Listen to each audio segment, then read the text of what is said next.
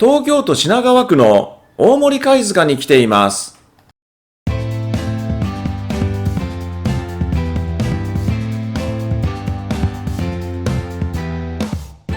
大森貝塚はアメリカの動物学者エドワード・シルベスター・モースによって発見された縄文時代後期の貝塚です。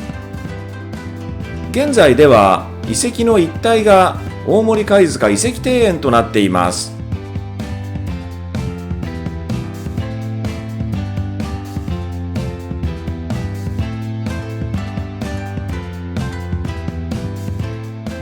ではまず縄文時代について整理しておきましょ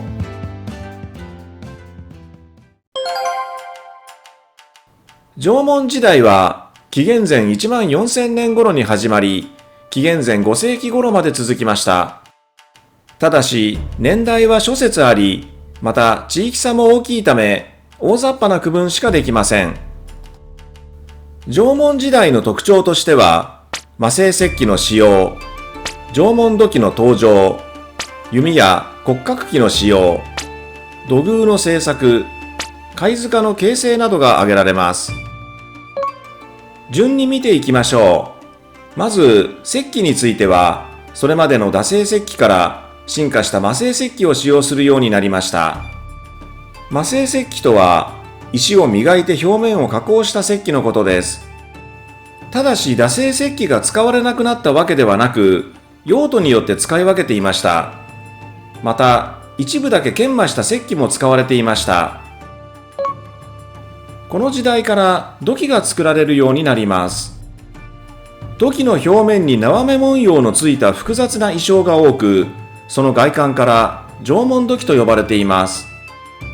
特徴としては、焚き火のような野焼きで焼成したため、この後に出てくる弥生土器と比較すると厚手で脆く、色は黒褐色をしているものが多くなります。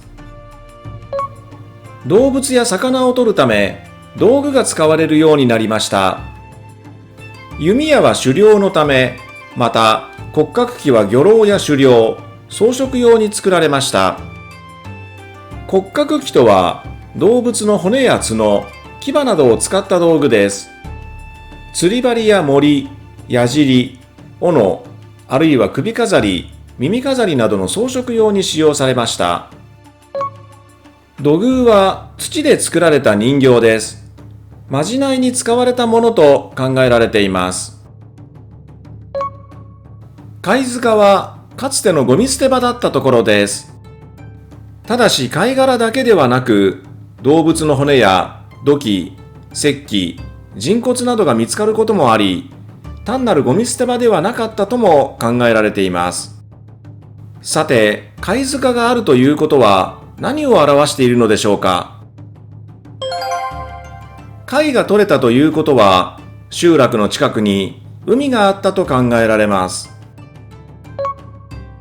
海面が上昇し、陸地が水没する現象を海進と言いますが、約6000年前の縄文時代は、これにより関東地方の内陸部にまで海水が侵入していました。これを縄文海進と言います。海進のピークと言われている6000年前には、現在の東京湾のさらに奥にまで海水が侵入し、奥東京湾が形成されました。また、千葉県の印旛沼や手賀沼は、茨城県の霞ヶ浦とつながり、香取の海となっていました。貝塚を調べることで、海進や海底など、海水準変動を知ることができるのです。広場の奥のモース像に行ってみましょ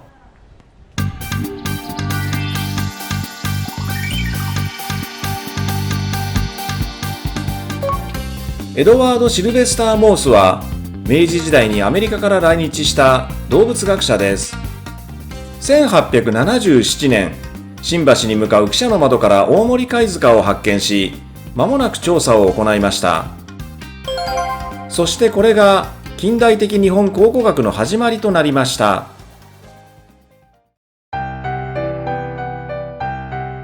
庭園内を巡ってみましょう。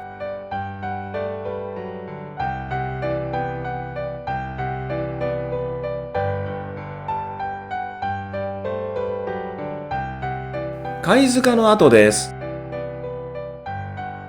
こちらも貝塚の跡です。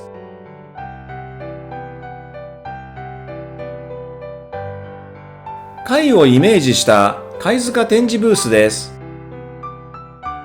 海藻の標本が展示されています。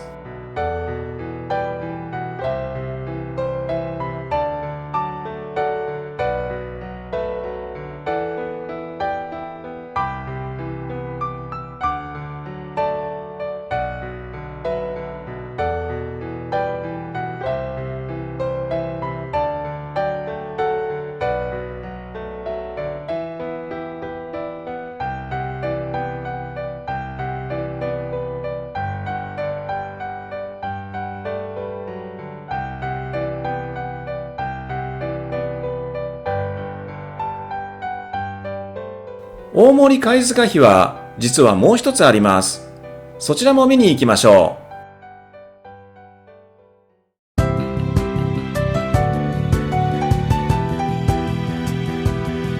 これはそのレプリカです。本物はこの奥にあります。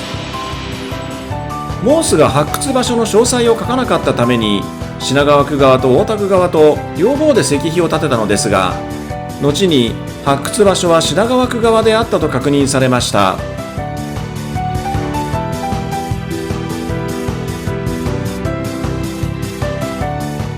奥に見えているのが京浜東北線、東海道線です。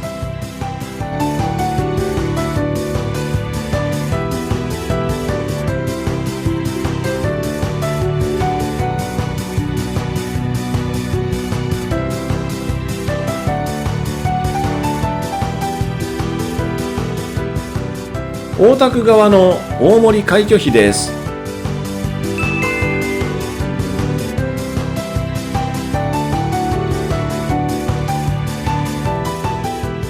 ということで今回の動画は以上となります。最後までご視聴いただきましてありがとうございました。それではまたどこかの街でお会いしましょう。